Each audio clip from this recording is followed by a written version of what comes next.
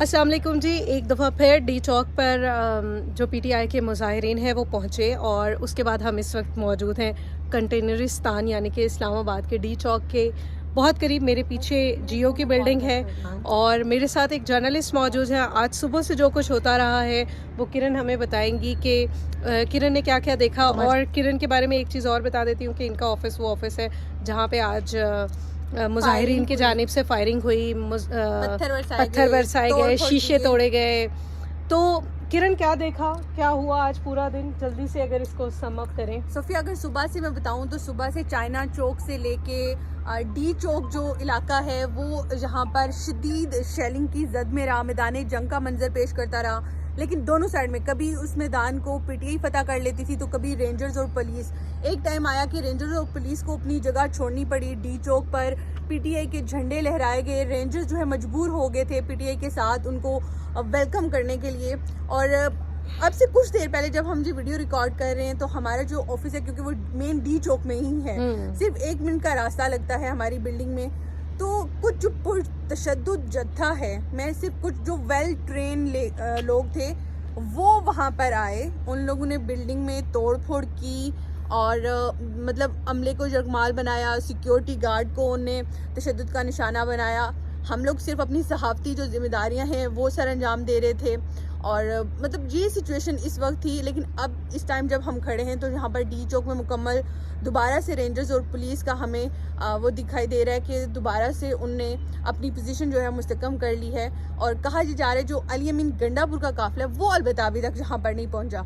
ये वो लोग हैं जिन्होंने पहले आके सिचुएशन देखी, क्लियर की और उसके बाद अब ये कहा जा रहा है जो पीटीआई के बाकी जो लोग हैं, जो काफिला है, वो कुछ देर बाद किसी भी टाइम जहाँ पर डी चौक में पहुंच सकता है। शदीद फायरिंग जो थी वो की जा रही थी। शेलिंग जो है वो बहुत ज़्यादा की गई और उसमें सांस लेना, अभी भी इस वक्त हम जब बात कर रहे हैं तो वो हम फील कर सकते हैं। हमारी आंखों में वो चीज़ चुभन फील हो रही है, सांस लेने में मुश्किल हो रही है। तो ये इस वक्त की जो सूरत हाल है यहाँ पर बनी हुई है। ओके, मैं बहुत कॉन्शियस होकर खड़ी हुई हूँ। उसकी वजह ये है कि यहाँ दाएं बाएं शेलिंग हो रही है तो सेफ नहीं है इस जगह पे खड़े होना। लेकिन साथ साथ आपको बताती चलूँ कि सिर्फ यही नहीं हुआ आज इस्लामाबाद में, और भी बहुत सारी चीज़ें हुई हैं जिसमें हमने एक चीज़ देखी कि पिछले 2 दिनों से मुसलसल शेयरिंग की जद में रहने वाले पाकिस्तान तहरीक इंसाफ के कारकुनान डी चौक तक पहुंच गए।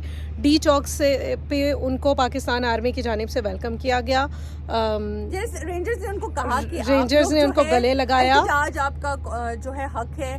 और जो सोफिया मैं बताऊं, जो प्रोटेस्टर थे ना, उनके हाथ में जूस के डब्बे थे। वो कह रहे हैं कि हम इस मुल्क के शहरी हैं, हम रेंजर्स को ये जूस देने के लिए आए थे। जी, उनकी जानिब से अल्फाज कहे गए कि हम कोई उनको निशाना नहीं बनाना चाहते, लेकिन उनकी जानिब से हमारे ऊपर जो है वो पथराव किया जा रहा है। जी, इस तरह की तमाम सूरत हाल हमारे सामने हमें दरपेश रही। लेकिन आज के दिन होने वाली जो सबसे बड़ी डेवलपमेंट थी वो ये थी कि पाकिस्तान तहरीक इंसाफ के कारकुनान फाइनली यहाँ तक पहुँचने में कामयाब हुए। और अब क्योंकि यहाँ पे सांस लेना बहुत मुश्किल हो रहा है मुसलसल शेलिंग की वजह से, और हमने मास्क भी नहीं पहना हुआ है, तो हम जस्ट चाहते हैं कि एक क्विकली, किरण क्या देखा, क्या मोटिवेशन नज़र आई है आपको लोगों में? क्यों हम शायद अगेंस्ट द लाइट हो गए हैं।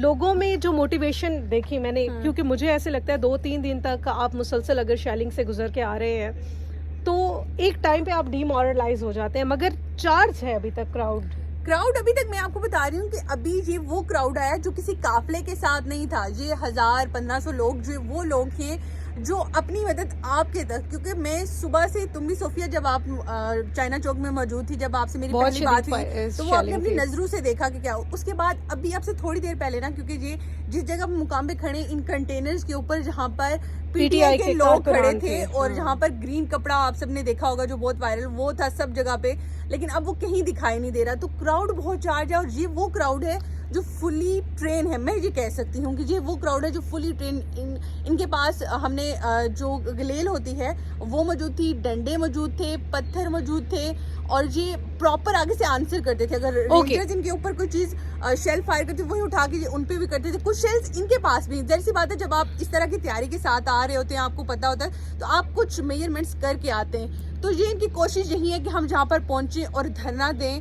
और जब तक इमरान खान रहा नहीं होंगे तो ये लोग वापस जाने का इरादा इस बार नहीं रख रहे। जिस वक्त हम यहाँ पे खड़े हुए हैं, आप मेरे पीछे देखें तो एक मूवमेंट आपको नज़र आएगी कि पुलिस के जवान हैं, जो रेंजर्स के और पुलिस के जवान हैं जो आगे जा रहे हैं, लेकिन साथ साथ जो बड़ी चीज़ें हो रही हैं वो बड़ी मेजर हैं। इस वक्त बैरिस्टर गौहर PTI की इस वक्त बैरिस्टर गौहर मौजूद हैं अडियाला जेल में, जहाँ पे मुज़ाकरात हो रहे हैं। इमरान खान से मीटिंग के लिए वो गए हैं। इसके अलावा इस वक्त यहाँ पर आप मेरी अकब में सुन भी रहे होंगे कि मुसलसल जो शदीद किस्म की शेलिंग है वो हो रही है।